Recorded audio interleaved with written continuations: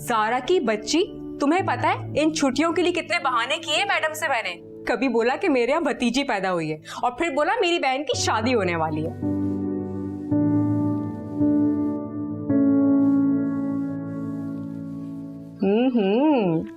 लगता है शादी के नाम पे कोई ब्लश कर रहा है। क्या बात है भाई, हमजा की याद आ रही है? नहीं यार, किसी की याद नहीं आ रही है। क्यों, क्या हुआ? फिर कोई मसला हो गया क्या? नहीं, कोई मसला नहीं हुआ। और सारी बातें अभी करनी है क्या? लगता है शर्मा रही हैं आप। यार तुम्हारी तेजगाम ना फिर से चलने शुरू हो गई, मैं फोन रख रही हूँ। अच्छा सुनो सुनो, ज़ारा की बच्ची बात तो सुन लो। ज़ैनब के लिए टेडी बियर ले लेना और मरियम भाभी के लिए एक अच्छा सा जोड़ा लेके मेरे ड्रॉ के अंदर छुपा देना, किसी को पता नहीं चलना चाहिए। Okay okay. ज़ारा चलो बेटे, खाना ठंडा हो रहा है। अच्छा सारा, मैं ना बाद में बात करती हूँ, बल्कि वीकेंड पे ही बात कर लेंगे। ओके, खुदा हाफिज। ओके, खुदा हाफिज।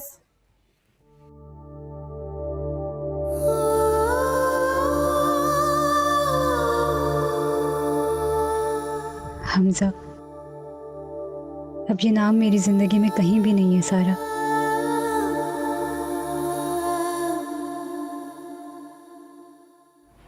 चाय पियो बेटा। Mom please. मैं यहाँ चाय पीने नहीं आया, आपको अपने साथ घर ले जाने आया हूँ। मैं अब उस घर में दोबारा नहीं जाऊंगी। तो क्या मतलब है आपका, हमेशा यहाँ इधर इस कमरे में रहेंगी? नहीं, मैं लंदन चले जाऊंगी। तुम्हारे नाना बेशक नहीं रहे, मेरे रिश्तेदार तो है ना वहाँ। Are you serious mom? Life के इस स्टेज पे सेपरेशन लेने का मतलब समझती है? लोग हंसेंगे आप पे। और वैसे भी शायद आप भूल रही हैं, कल आप लोगों की वेडिंग एनिवर्सरी है। एक हफ्ते से सारी प्लानिंग चल रही है, तैयारियां चल रही हैं। आप अपनी एनिवर्सरी पार्टी पे नहीं होंगी तो कैसा लगेगा? जिस रिश्ते में एतबार ही ना रहे उसको सेलिब्रेट करने का क्या फायदा? दिल तो मेरा भी टूटा है मॉम।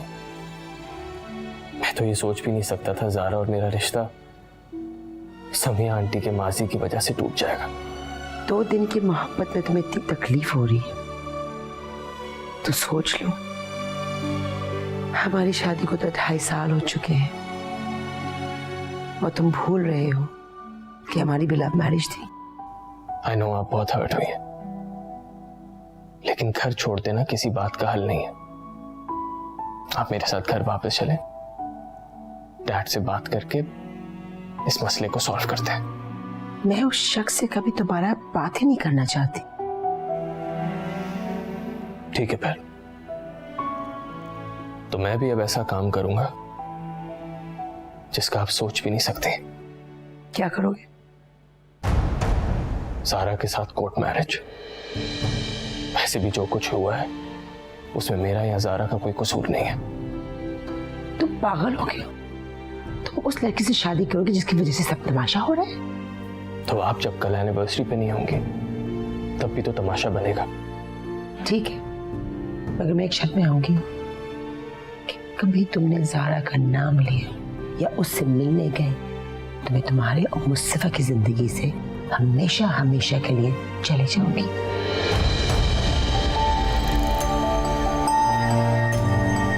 मंजूर।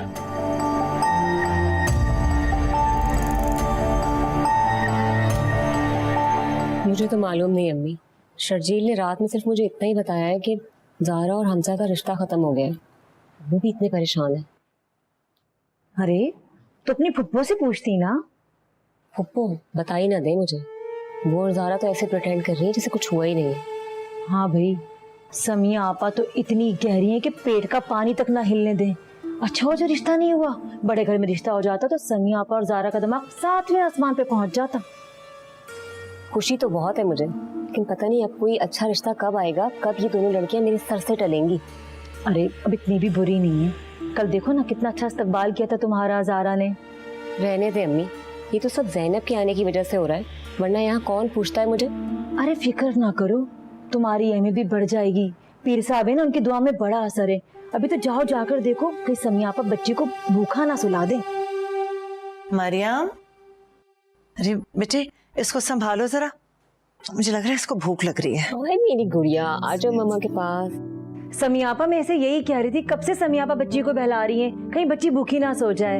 आप आए ना, बैठे हमारे साथ बात करें। अरे नहीं सालिहा, मैं जरा खाना बना लूं, वो ज़ारा भी नहीं है ना। ज़ारा कहाँ गई? अभी तो यही थी। अरे वो जरा करीबी मार्केट तक गई है सारा का कुछ सामान लेने। और सुनो, खाना खा के जाना, मैंने कोफ्ते बनाए। नेकी और पूछ पूछ, आपके हाथ के कोफ्ते तो मुझे बहुत ही पसंद है, खाकर भी जाऊंगी और लेकर भी जाऊंगी। ये हुई ना बात। अच्छा मैं आती हूँ। वैसे अम्मी बात घुमाना भी ना कोई आपसे सीखे। बेटा जी, इसे